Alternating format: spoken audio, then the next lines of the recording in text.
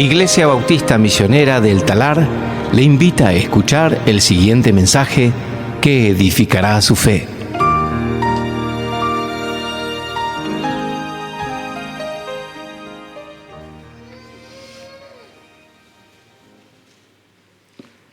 Vamos a abrir esta mañana en el libro de Mateo, Mateo capítulo 1,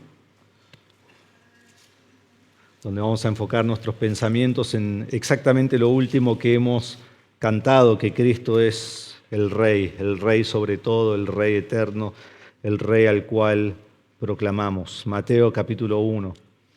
Siglos antes de que los evangelios hayan sido escritos, Dios dio una promesa de un Mesías, un rey que vendría. A David le hizo un pacto en 2 Samuel 7:12 al 16, un pacto de un reino eterno con un rey eterno. Un rey eterno que reinaría sobre el trono de David para siempre. Este rey que reinaría con derecho y justicia, trayendo paz a su pueblo.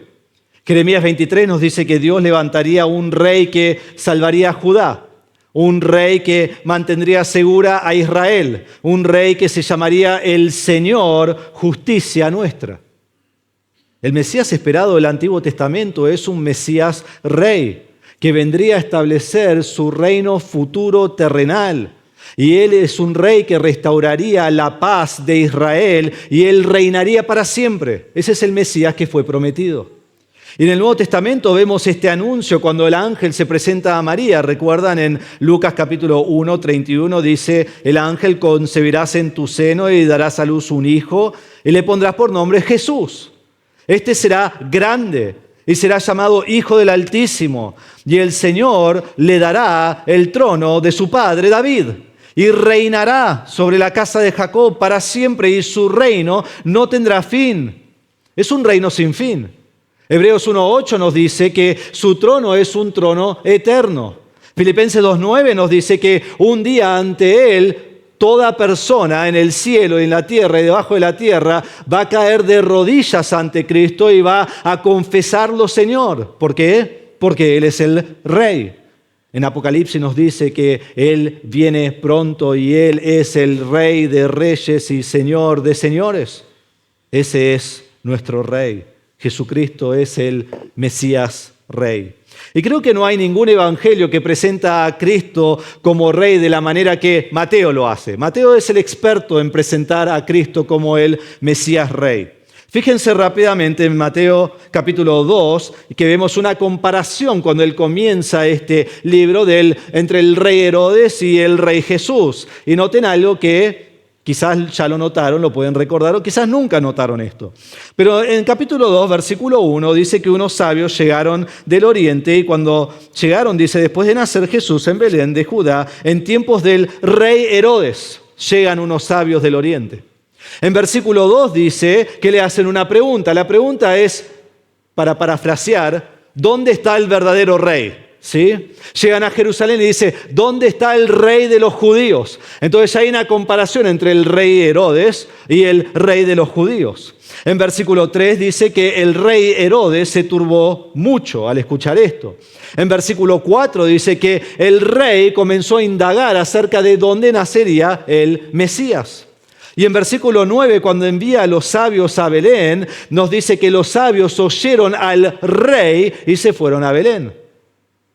Cuando llegan a Belén encuentran la casa en versículos 10 y 11 donde está el verdadero rey.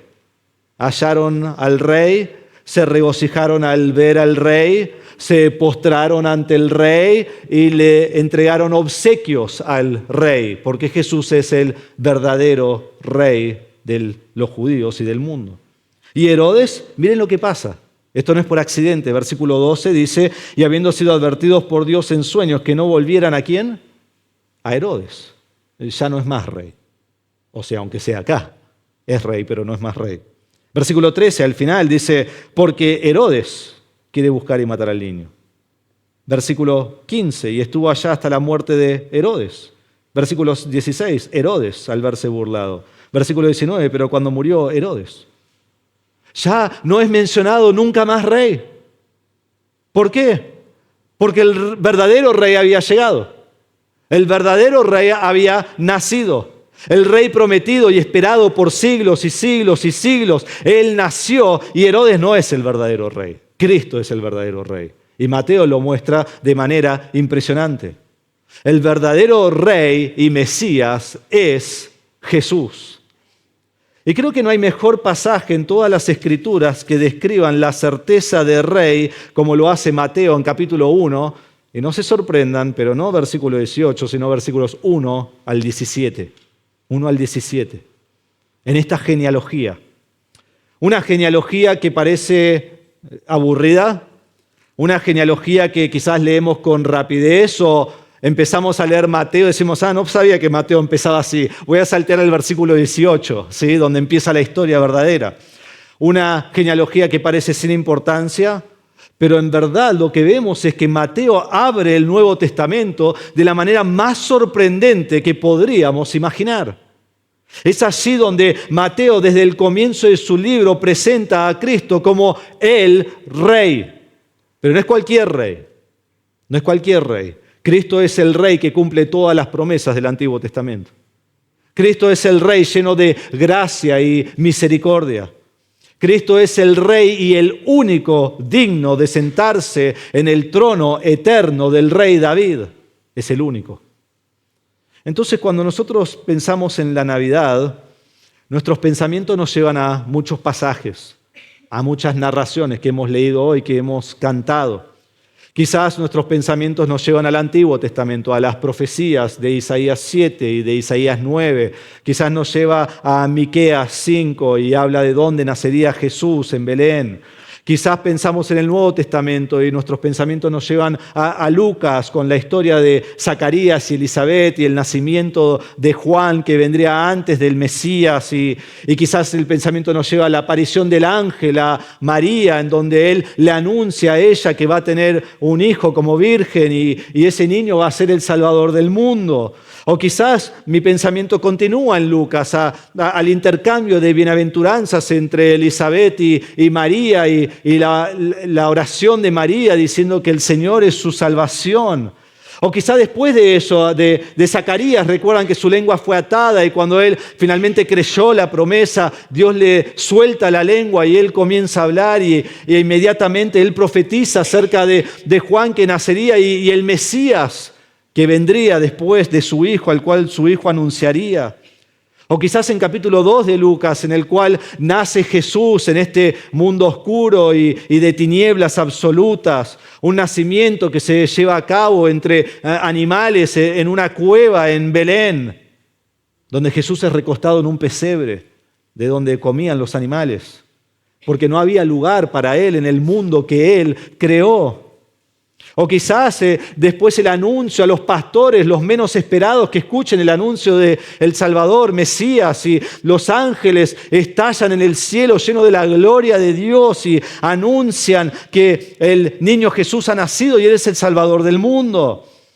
Y luego los pastores salen del campo, dejan todo y van a ver al niño y le cuentan a José y María lo que ha sucedido y todos están proclamando y alabando al Señor y María está atesorando y guardando todos estos acontecimientos que van ocurriendo en su corazón para nunca olvidarse.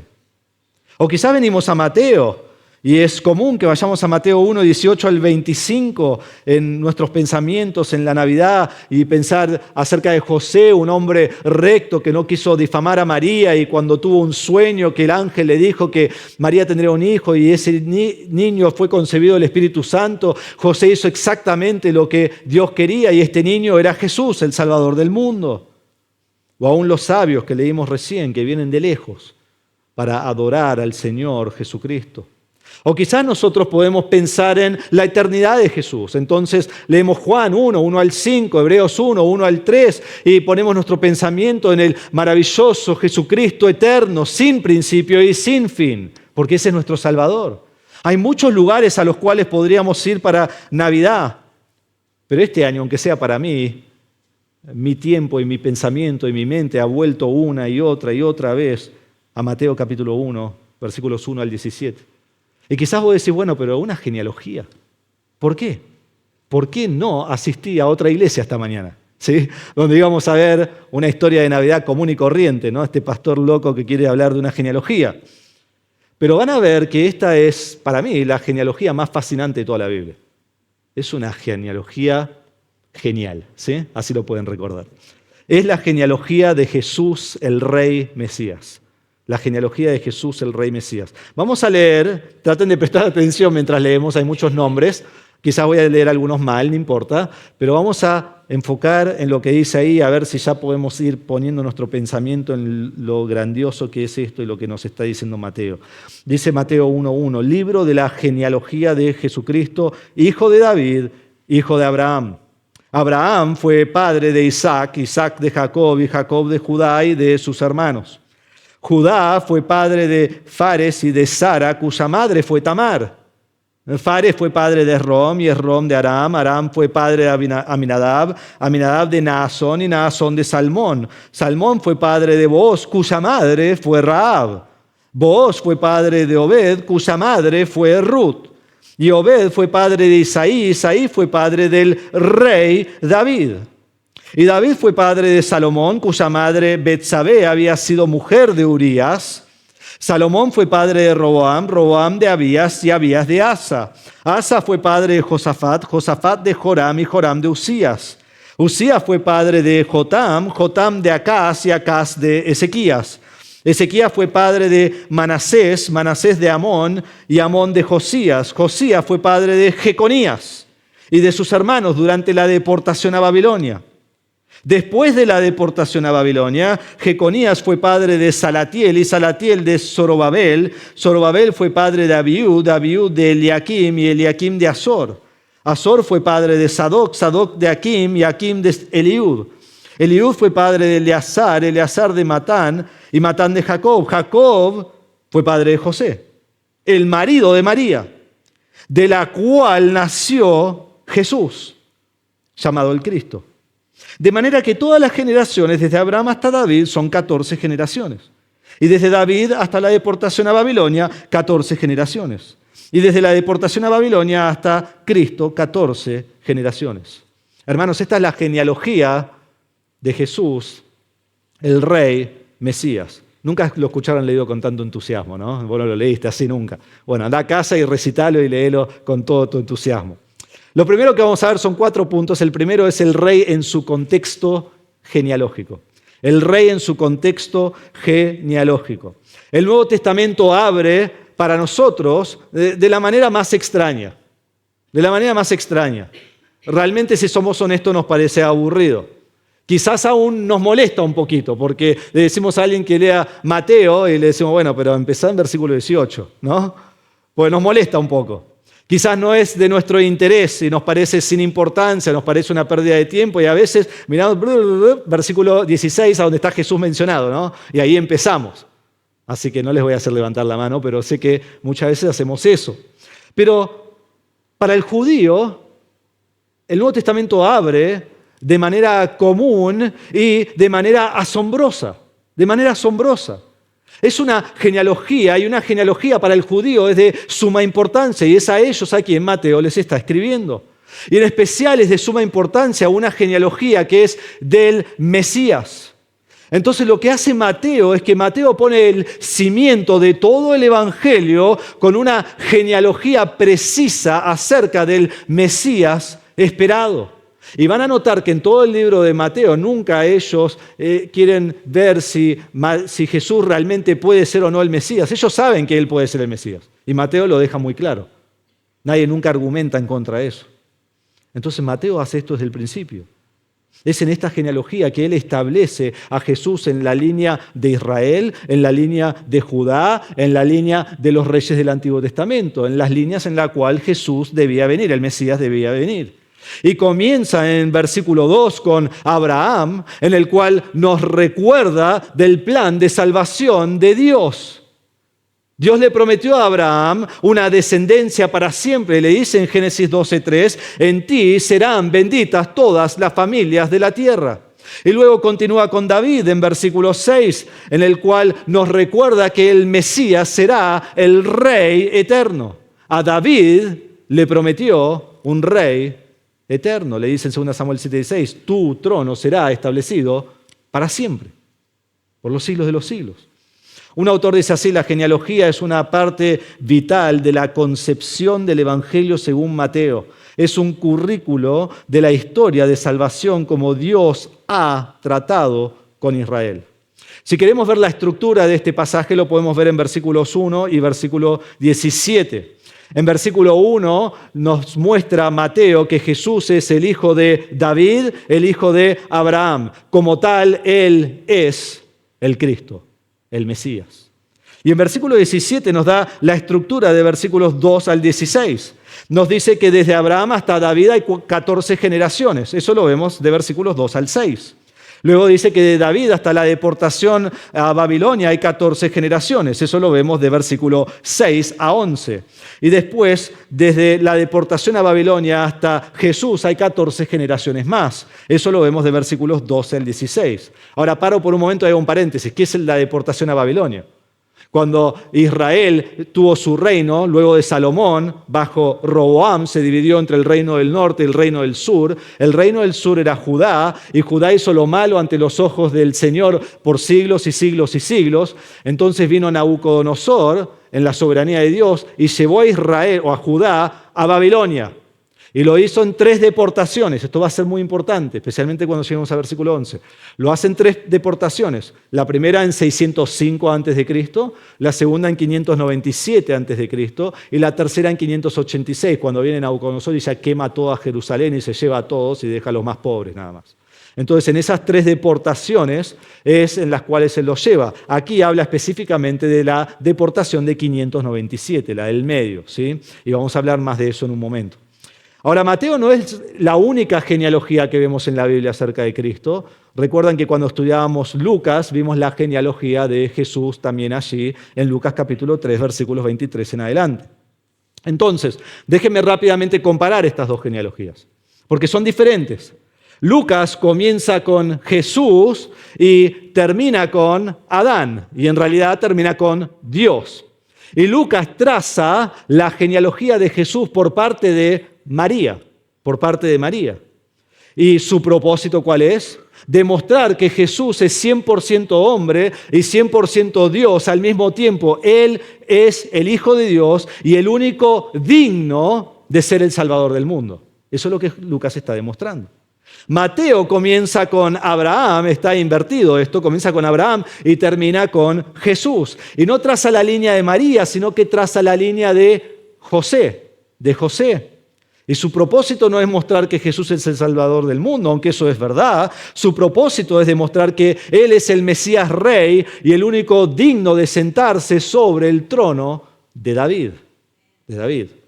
Entonces, cuando nosotros miramos todos estos nombres y todo lo que está sucediendo, el punto de la genealogía y nuestro propósito hoy no es hacer un estudio extenso sobre cada nombre, aunque ya saben que lo podría hacer, así que no me obligan a hacerlo, ¿sí?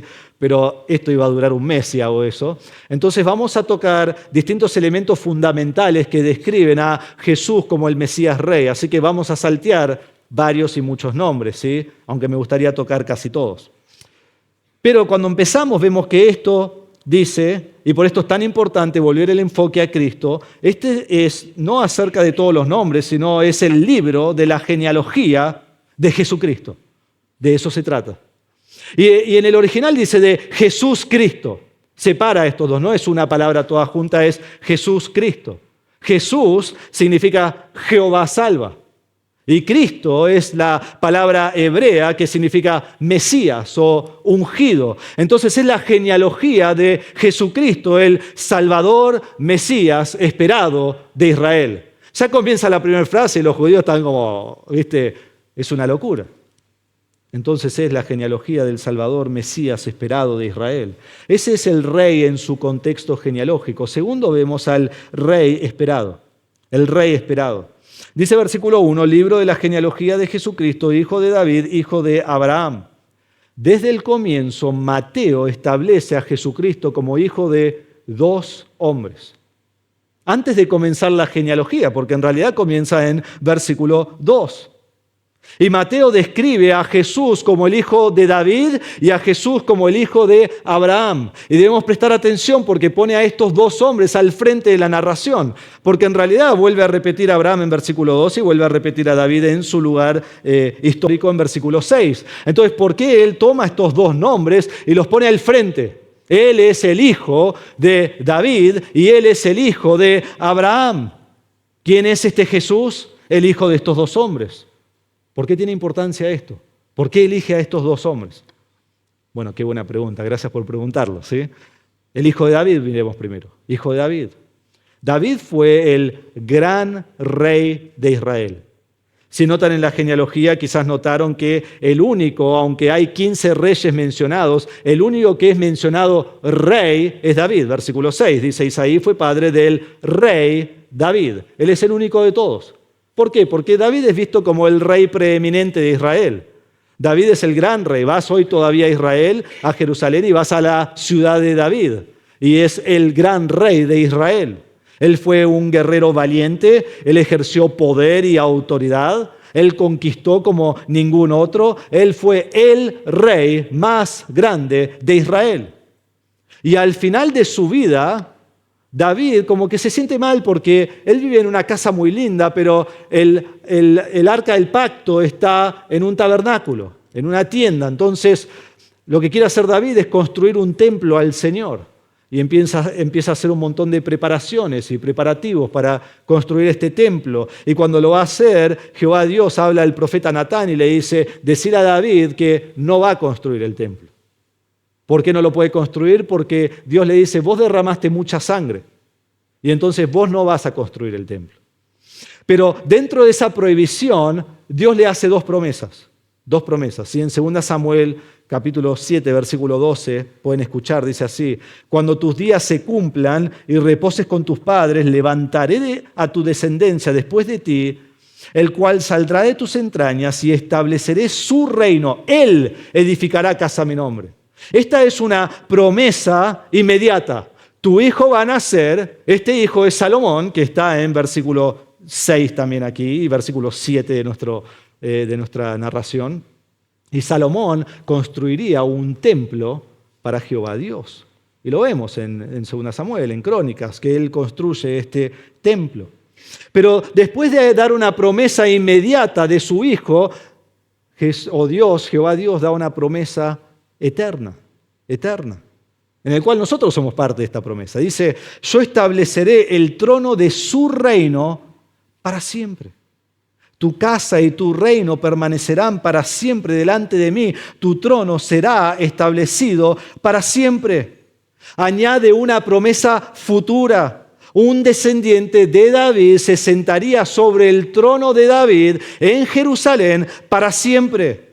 Y este fue un pacto eterno. Así lo entendió David, dice en 2 Samuel 23:5. David dice, en verdad, ¿no es así mi casa para con Dios? Pues Él ha hecho conmigo un pacto eterno. Entonces, en 2 Samuel, 1000 años antes de Cristo, más o menos, Dios le hace una promesa a David y le dice, yo voy a hacer de ti voy a traer de ti un rey eterno. Este es el pacto davídico. Y este pacto no solo fue una promesa hecha 1000 años antes, pero este pacto se fue repitiendo y afirmando a través del Antiguo Testamento. Hay un montón de pasajes que lo afirman. Déjenme darle algunos pocos nada más. Isaías capítulo 9 dice, porque un niño nos ha nacido, este es Jesús. Un hijo nos ha sido dado y la soberanía reposará sobre sus hombros. Y se llamará su nombre admirable consejero, Dios poderoso, Padre eterno, príncipe de paz.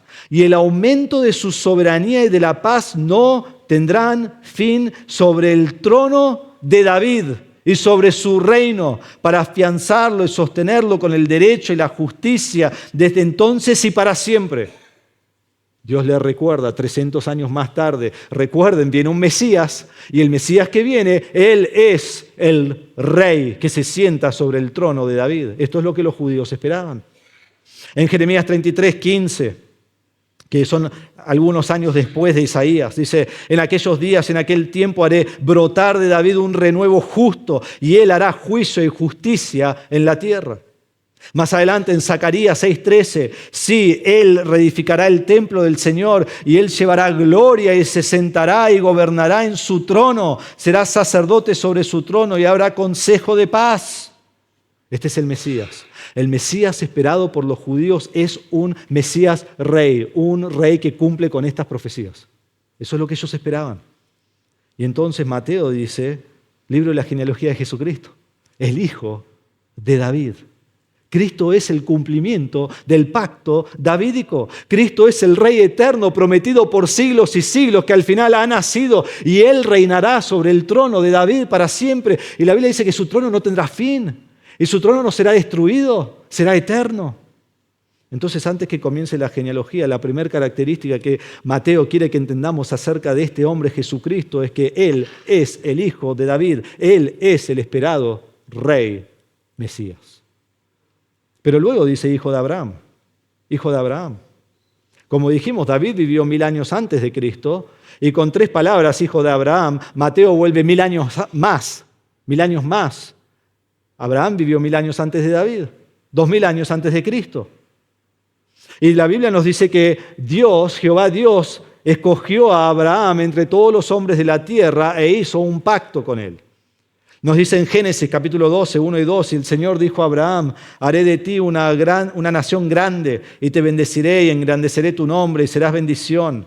En Génesis 13, 16 dice, haré tu descendencia como el polvo de la tierra, de manera que si alguien puede contar el polvo de la tierra, también tu descendencia podrá contar. Este es a un hombre viejo que no tiene ningún hijo y Dios le hace esta promesa.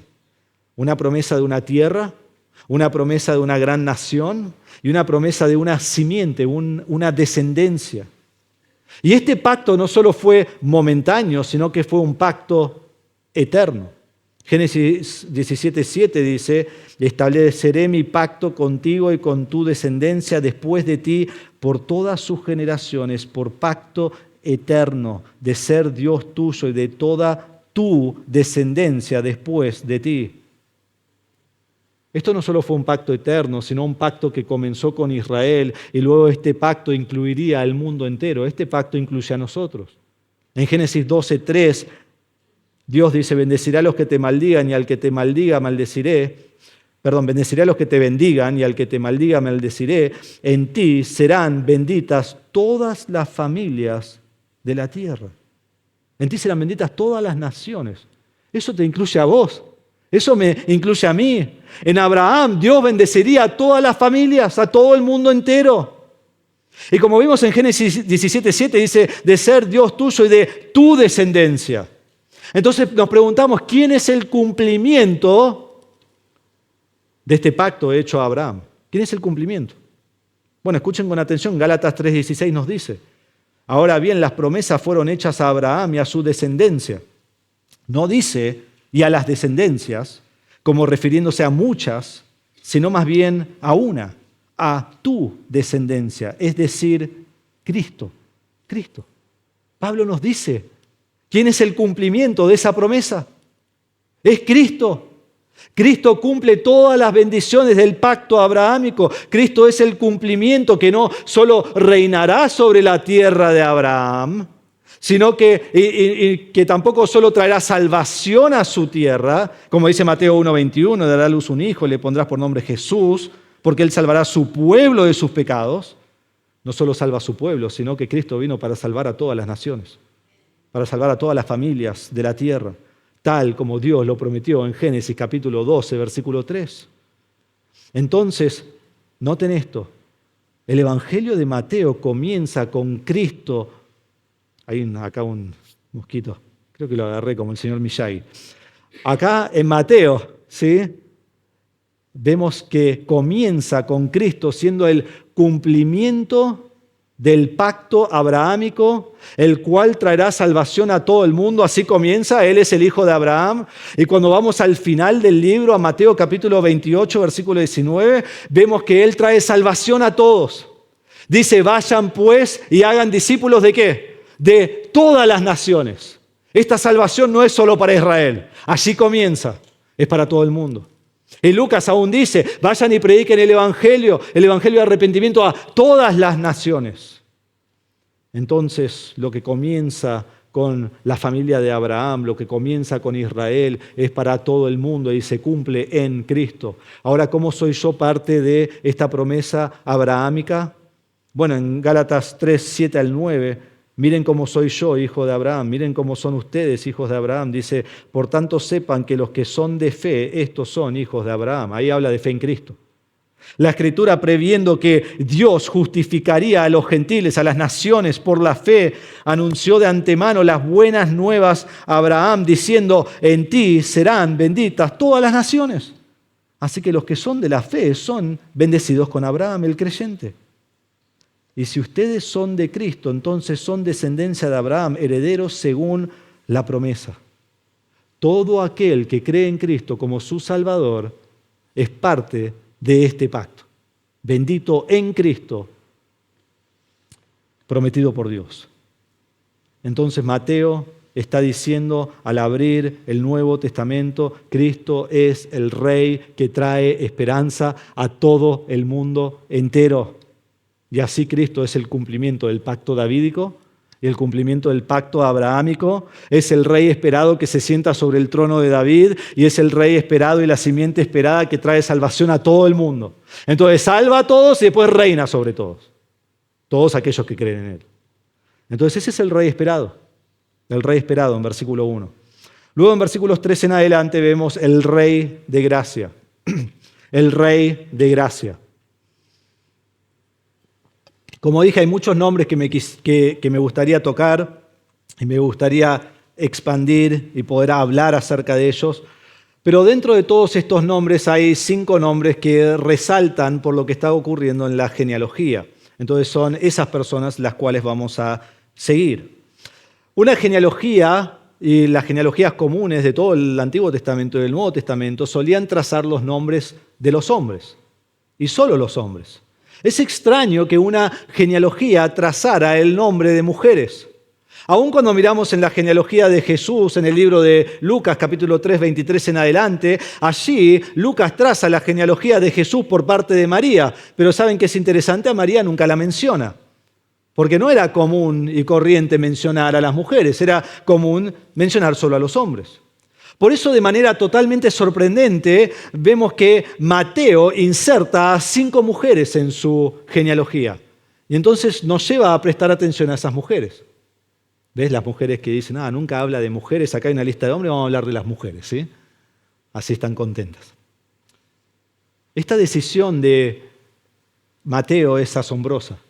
Y es fuera de lo común, fuera de lo común. Pero aún más impresionante de que haya mencionado mujeres son las mujeres que escoge mencionar. Entonces debemos prestar atención a eso. Porque no escoge a Sara, esposa de Abraham. No escoge a Rebeca, la mujer de Isaac. No escoge a Raquel, la mujer de Jacob. Y algunos de ustedes ya están buscando a quién escoge, ¿no? ¿Quién es? Son mujeres envueltas en su mayoría en inmoralidad o descendientes de actos aborrecibles. Y en cada una de ellas se ve reflejada la gracia y el favor inmerecido de nuestro Rey, Mesías. Cristo no es cualquier rey. Y Cristo no es un rey común y corriente como los que vemos en todo el Antiguo Testamento, como vemos en naciones hoy. No, Cristo no es un rey común. Cristo es un rey de gracia infinita. Cristo es el mejor rey. Y Él vino no para llamar a los justos al arrepentimiento, sino a pecadores. Y así lo hizo durante toda su vida. Recuerdan, como vemos en Lucas, que Él constantemente viene a llamar a pecadores al arrepentimiento. Pero no solo lo hizo en su vida, lo hizo en toda la historia del mundo, siempre llamando a personas pecadoras. Y estas 5 mujeres son un ejemplo de la gracia divina, eterna, de Dios ofrecida a toda persona. Y aún ofrecida a vos y a mí. Entonces veamos la primera mujer. La primera mujer es Tamar en versículo 3. Versículo 2 nos dice que Abraham fue padre de Isaac, Isaac de Jacob, Jacob de Judá y de sus hermanos. Judá fue padre de Fares y de Sara, cuya madre fue Tamar. Jacob tiene muchos hijos. El 4.º hijo de Jacob es Judá. Judá nació de Jacob y Lea.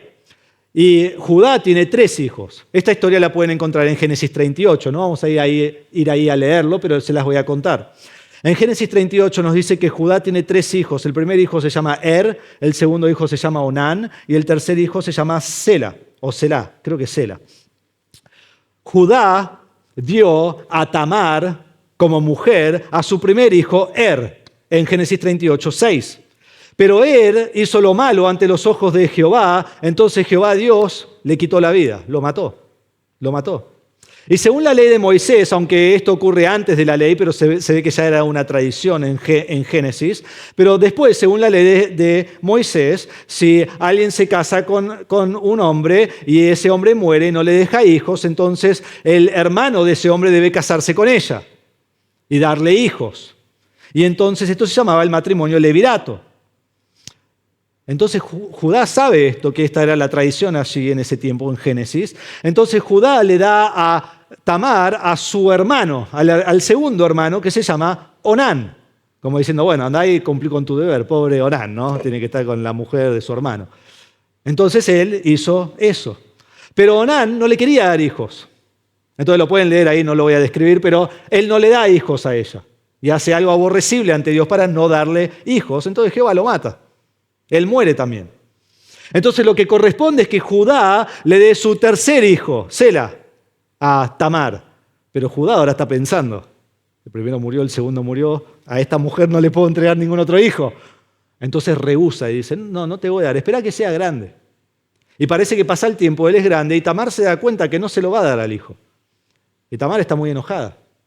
Entonces lo que hace Tamar es que Tamar se viste de ramera cuando Judá está pasando por el pueblo. Y Tamar engaña a Judá pasándose como ramera y Judá duerme con ella y ella queda embarazada. ¿Quiénes son los hijos que nacen? Estos mellizos de acá. Versículo 3. Judá fue padre de Fares y de Sara, cuya madre fue Tamar. Entonces la primera mujer, Tamar, mencionada en la genealogía de Jesucristo, es un símbolo de engaño, es un símbolo de inmoralidad y de incesto. Esto es lo que vemos de Tamar. Y Dios la pone en la línea real de Jesús. Increíble. La segunda mujer mencionada es en versículo 5. Pero leemos versículo 4. Dice, Aram fue padre de Aminadab, Aminadab de Nazón y Nazón de Salmón. Salmón fue padre de Booz, cuya madre fue Rahab. Ahora yo creo, y la mayoría está de acuerdo, que esta es Rahab, la ramera de Jericó, de Josué capítulo 2. Y algunos dicen, no puede ser porque Rahab no fue madre de Booz. No, vivió mucho antes de Booz.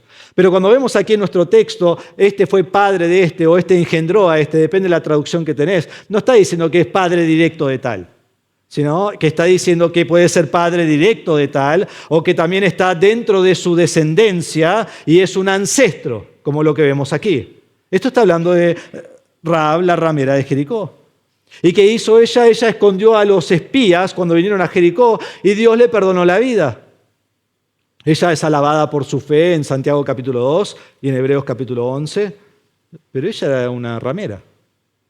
Y la segunda mujer mencionada aquí, antes que la alaben por su fe más adelante en el Nuevo Testamento, es un símbolo de prostitución, un símbolo de pecado.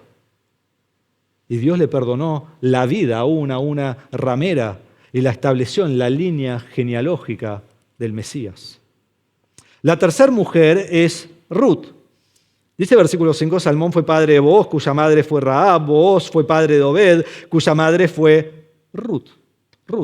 Ruth era gentil y Ruth era una moabita y ella aceptó a Jehová Dios como su propio Dios. Ella fue una mujer, si lees el libro de Ruth, que es muy cortito, fue una mujer que amó a Dios, fue una mujer que temió a Dios de todo corazón. Y es más, en la Biblia hebrea, en la cual se escribió el Antiguo Testamento, el Tanaj, vemos que el orden de los libros de la Biblia son diferentes al orden que tenemos nosotros. Y si lo buscan van a notar que después de Proverbios viene el libro de Ruth. Ahora, ¿cómo termina el libro de Proverbios? El libro de Proverbios termina con la mujer hacendosa, la mujer virtuosa que teme a Jehová. Y el proverbio dice, ¿quién la hallará? Y termina el versículo, y el próximo versículo en las escrituras del hebreo son las de Ruth. El ejemplo perfecto el ejemplo excelente de una mujer virtuosa, de una mujer hacendosa. Ruth es el ejemplo de alguien que teme a Jehová, alguien que ama a Jehová. Y está puesto aquí en esta narración. Y decís, bueno, pastor, pero hasta ahora fuiste muy negativo, ¿qué vas a decir de Ruth? Bueno, vamos al origen de Ruth. Ruth viene de los moabitas, ¿Recuerdan de dónde vienen los moabitas? En Génesis capítulo 19, Dios rescata a Lot y su familia de Sodoma y Gomorra, pero los dos maridos de sus hijas, ellos no escuchan la advertencia de los ángeles y dicen, no pasa nada, se quedan ahí y ellos mueren en todo el fuego y azufre que destruye a Sodoma y Gomorra. Entonces salen Lot, su esposa, que quedó hecha una estatua de sal por mirar para atrás, y sigue Lot y sus dos hijas y se van a una cueva y van a un lugar, y las dos hijas ven que su padre es de edad avanzada y que no hay ningún hombre allí en la tierra para ellas. Entonces, ¿qué hacen ellas? Ellas idean un plan para concebir a sus hijos. Y la primera noche, la mayor emborracha a su padre, duerme con su padre, el padre nunca se enteró, y ella concibe. La segunda noche, la menor emborracha a su padre, duerme con su padre, del cual él tampoco se enteró. Y no voy a hablar de la menor, sino la mayor. La mayor luego concibió, tuvo un hijo, ¿y ¿sabes cómo se llama el hijo? Moab. Y el texto nos dice, tengo anotado el pasaje en Génesis 19:37, él es el padre de los moabitas, Ruth, la tercera mujer mencionada en esta genealogía, fue una mujer de Dios, que temía a Dios, pero que vino de una descendencia que comenzó con engaño, embriaguez, inmoralidad e incesto. Y así Mateo exhibe la gracia salvadora de Cristo. Porque, ¿sabes qué? Realmente no importa de dónde venís. Y realmente no importa cuál es tu pasado. Y no importa lo que hayas hecho en tu vida. Cuando vos hoy escuchás el Evangelio y venís a Cristo en arrepentimiento y fe, Cristo te salva, porque Cristo es un Rey lleno de gracia y misericordia. Y eso lo vemos reflejado en estas mujeres. Y aún en Ruth, que no tenía ningún lugar en el pueblo judío, y Dios la aceptó porque ella tomó a Dios como su Dios.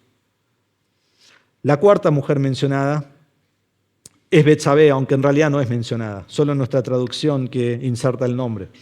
Dice versículo 6, Isaí fue padre del rey David, y David fue padre de Salomón, cuya madre Betsabé había sido mujer de Urías. Esto nos lleva a 2 Samuel capítulo 11 y 12, y allí nos dice que era el tiempo en que los reyes iban a la batalla, y David decide no ir a la batalla, David se queda atrás en su palacio. Y cuando está en su palacio empieza a caminar en su terraza y ve a una mujer muy hermosa bañándose, y entonces la llama para dormir con ella. Y es exactamente lo que hace. Y pasa un poquito de tiempo y ella queda embarazada. Pero ella tiene un marido, el marido se llama Urías. Y Urías está peleando una batalla para el rey, está en el campo de batalla. Entonces David lo manda a llamar a Urías para que vuelva y duerma con su esposa para cubrir su pecado. Y Urías vuelve y dice, no, este es el tiempo de la batalla, yo no puedo ir a mi casa. Y se queda durmiendo allí fuera del palacio. Y David dice, no, anda. Y no va. Entonces David dice, no puedo hacer más nada que matarlo. Y lo manda al frente de la batalla, le dice, pónganlo en el frente de la batalla, retrocedan y que maten a Urías. Y asesina básicamente a Urías, porque él rehusó dormir con su propia esposa. Ahora es muy interesante en versículo 6, no nos hace un favor la Nueva Biblia de las Américas, la que usamos en nuestra iglesia, porque allí dice Betsabé, pero en realidad en el original dice que es David, fue padre de Salomón, de la de Urías. Eso es lo que dice.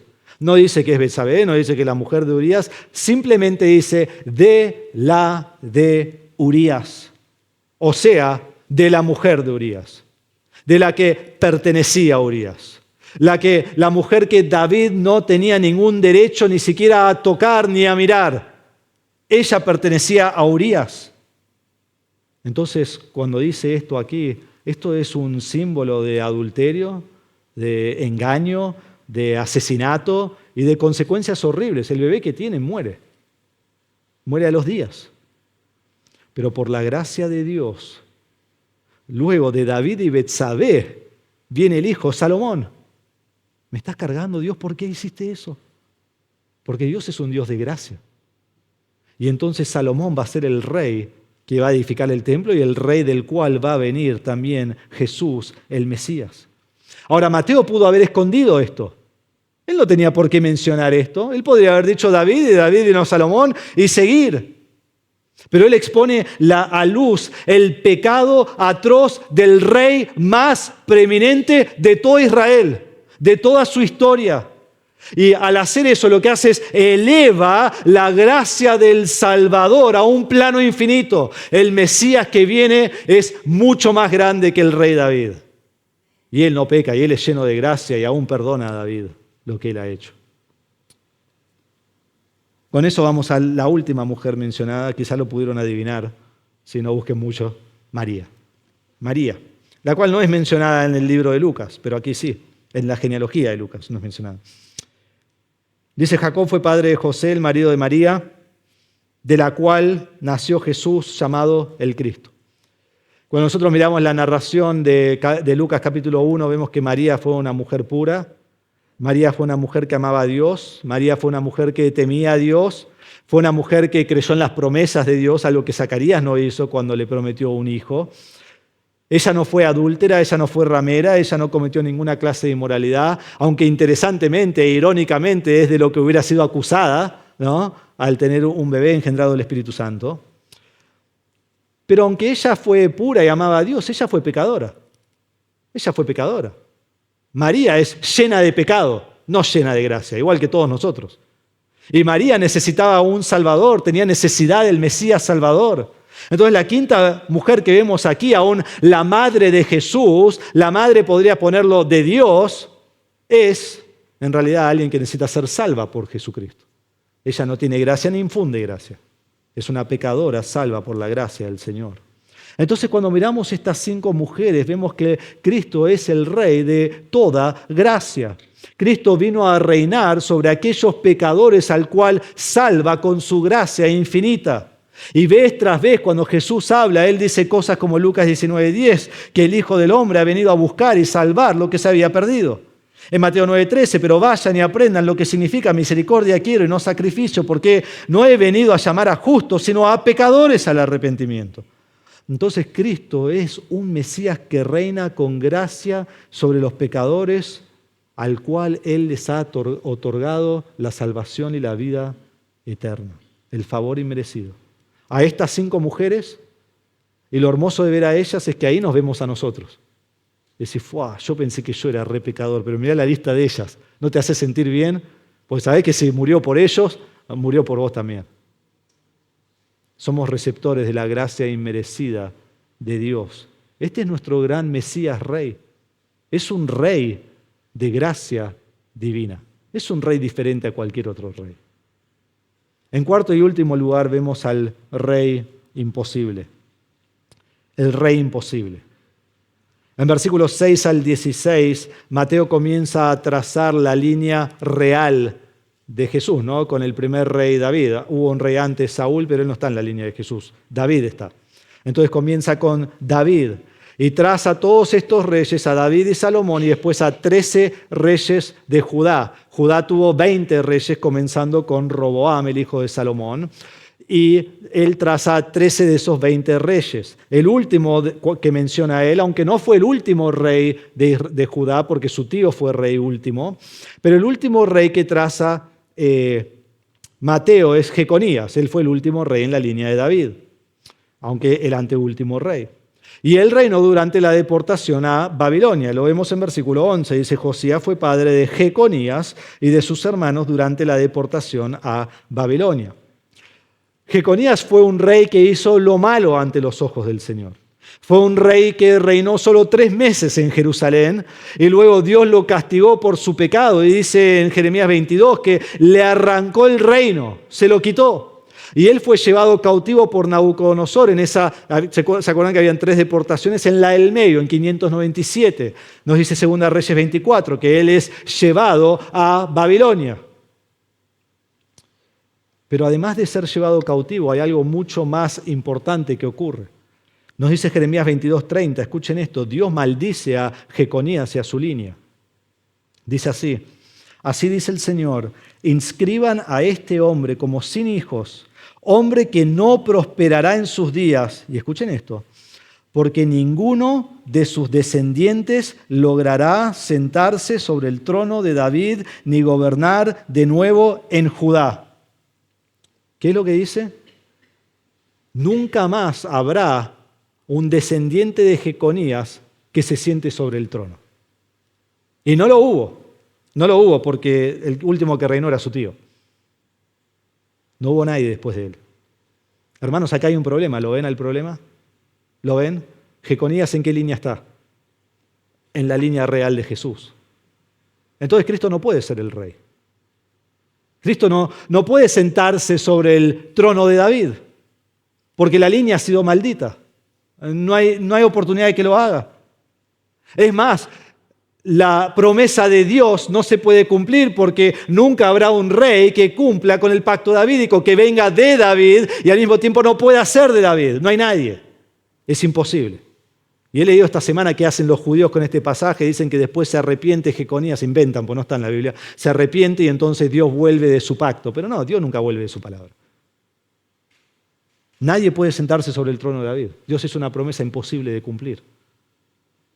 Tengan eso en mente, ¿sí? Con ese problema. ¿Sí? Un problema que hay que resolver. Vamos al versículo 16. Dice, Jacob fue padre de José, el marido de María, de la cual nació Jesús, llamado el Cristo. La genealogía sigue un orden desde versículo 2. Si lo ven en sus Biblias, y a veces no usa la palabra todo el tiempo en español, pero sí en el griego, en el cual se escribió, pero dice, tal fue padre de tal, miren ya desde el versículo 2, Abraham fue padre de Isaac, y él padre de este, y padre de este, y padre de este, y sigue, y dice la palabra padre 39 veces, hasta versículo 16 inclusive. Si tenés la Reina Valera está mejor traducido, dice tal engendró a tal, engendró a tal, engendró a tal. ¿Por qué está mejor traducido? Porque no es algo que es, sino algo que hace la palabra. La palabra es una palabra activa. Él engendra a él, ¿sí? No tanto él es padre de él. Creo que engendrar es mucho mejor.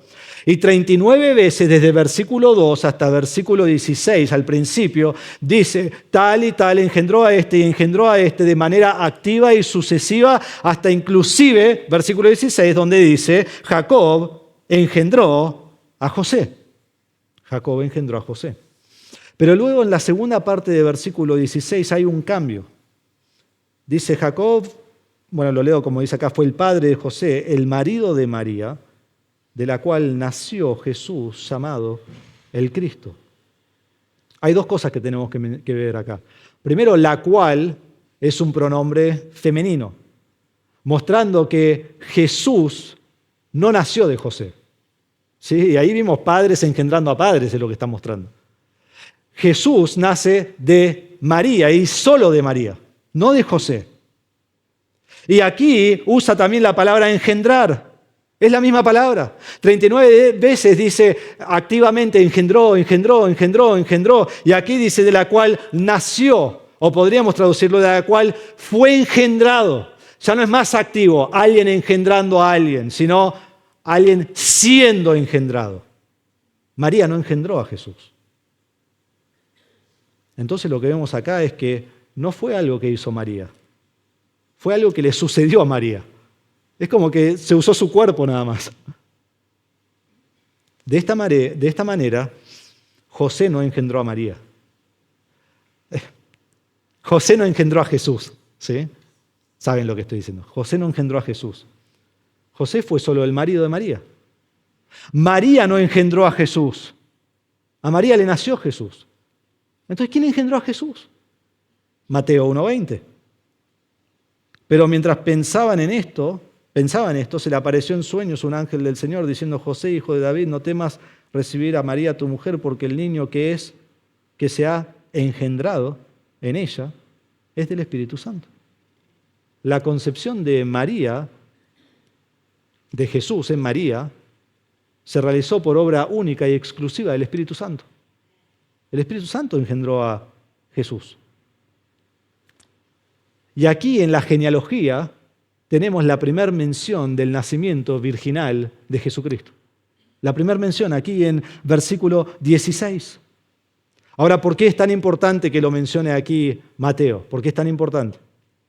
Porque al ser engendrado Jesús por el Espíritu Santo, José no es su padre biológico. Jesús no es el hijo de sangre de José. Y la maldición de Jeconías que traza todos estos siglos no aplica, no se traza, no llega, no toca a Jesús. Llega hasta José, pero no a Jesús. Y yo decía, bueno, pero ¿cómo puede ser rey si no es de la línea? Porque al mismo tiempo José es el padre adoptivo y legal de Jesús, y al ser el padre adoptivo y legal le otorga a Jesús todos los derechos de la línea real de Judá. Y de esta manera Cristo no solo es digno de sentarse sobre el trono de David, pero el nacimiento virginal lo hace el único digno de sentarse sobre el trono de David. No podría haber otro. Y no podría haber otra manera, porque la maldición llegaría. Pero con un nacimiento virginal la maldición no llega. Y entonces Cristo es el único legítimo Mesías Rey. No puede haber otro. Hermanos, esta es la genealogía de Jesús, el Mesías Rey. Y hay muchas otras cosas que pudiéramos ver, pero creo que esto es un buen lugar para enfocar nuestros pensamientos hoy. Quiero dejarles con 4 principios, ¿sí? No mucha aplicación, pero 4 principios para que nos vayamos pensando en esta Navidad. Primero, Cristo el Rey es el cumplimiento del pacto davídico y es digno de sentarse sobre el trono de David, un trono perpetuo para ser el Rey perpetuo, y un día, si hemos creído en Él será nuestro Rey para siempre, que reinará. Ya es nuestro Rey, pero reinará para siempre. Segundo, Cristo el Rey es el cumplimiento no solo del pacto davídico, pero es el cumplimiento del pacto abrahámico. Solo por fe en su nombre tenemos la salvación de nuestros pecados, la cual Él ofrece a todas las familias de la tierra, en todos los tiempos, desde Adán hasta el último hombre y mujer que vivan. Tercero, Cristo el Rey es el Mesías de gracia infinita, otorgando a todos los pecadores y aún a los peores de los pecadores que existen su eternal favor inmerecido, y otorga su favor inmerecido en la salvación, porque somos salvos por gracia y solo por gracia, y nos muestra su favor inmerecido por toda la eternidad, porque Efesios 2:7 dice que por toda la eternidad Dios nos mostrará las sobreabundantes riquezas de su gracia en Cristo Jesús. Ni empezamos a raspar la superficie de la gracia de Cristo. Va a ser increíble, por toda la eternidad vamos a experimentar las sobreabundantes riquezas. Cuando decimos, no, esto ya es demasiado, seguirán, y seguirán, y seguirán, y seguirán. Entonces no importa, como dije antes, lo que hayas hecho, no importa cuál es tu pasado, no importa cuán grave es tu pecado, más grave ha sido tu pecado, más abundante es la gracia de Dios para perdonarte. Y al que se le perdona mucho, mucho ama. Entonces venía Él en arrepentimiento y salvación, creyendo que este niño que nació es el Salvador del mundo, que murió en la cruz por tu pecado, tomó tu lugar. Y todo aquel que se arrepiente de sus pecados y cree en Él, tiene la vida eterna. Nunca digas, no, mi pecado es muy grande. Bueno, es exactamente a vos a quien Cristo vino a salvar. Cuarto, Cristo el Rey nació de una virgen, siendo engendrado por el Espíritu Santo para ser el único legítimo Rey eterno. Es el único que puede ser el Rey eterno. Entonces en esta Navidad celebremos que Jesús es el Mesías Rey que ha venido. Él es el Mesías Rey que ha venido. Y Él reinará sobre su trono para siempre. Déjenme leer esto, que con esto comenzamos y terminamos. Dice, cuando el ángel aparece a María en Lucas 1:32, este será grande y será llamado Hijo del Altísimo, y el Señor Dios le dará el trono de su padre David, y reinará sobre la casa de Jacob para siempre, y su reino no tendrá fin. Y cuando llegamos a Apocalipsis 22, vemos que allí está Dios el Padre sentado en el trono, Dios el Hijo sentado en el trono, y ellos reinan por toda la eternidad. Hay un pasaje que dice algo parecido en Apocalipsis, dice, y oí decir a toda cosa creada que está en el cielo y sobre la tierra y debajo de la tierra y en el mar, y a todas las cosas que en ellos hay, al que está sentado en el trono y al Cordero, sea la alabanza, la honra, la gloria y el dominio por los siglos de los siglos. Cristo el Mesías Rey ha nacido y Él reinará por los siglos de los siglos. Entonces en esta Navidad magnifiquemos a Jesucristo, el Mesías, quien es nuestro Rey. Vamos a orar. Padre nuestro, te damos gracias por este pasaje tan lleno de tesoro, tan lleno de riqueza. Tenemos un gran Salvador que es el Mesías. Y este Mesías es el Rey prometido a David, el Rey que vendrá todavía, que estamos esperando, y Él establecerá un reino perfecto, en el cual estaremos con Él para siempre. Y le daremos toda la gloria por toda la eternidad. Porque Él no ha cumplido solo con el pacto davídico, sino el abrahámico, salvándonos de nuestros pecados. Una promesa hecha hace tantos de miles de años atrás. Y 4000 años después todavía seguimos teniendo esta bendición dada a Abraham. Qué gran Salvador que tenemos. Padre, que esta Navidad magnifiquemos a Cristo, nuestro Rey, que ya reina en nuestras vidas y gobernará desde su trono por toda la eternidad. Te damos gracias y te damos gracias por su gracia infinita, tomando mujeres como estas. Y Padre, tú diseñaste desde antes de la fundación del mundo que estas mujeres estarían en la línea real, en la línea biológica de Jesucristo. ¡Cuán gran gracia! Y así como salvas a esas mujeres, nos salvas a nosotros. Y te damos toda la gloria en el nombre de Jesús. Amén.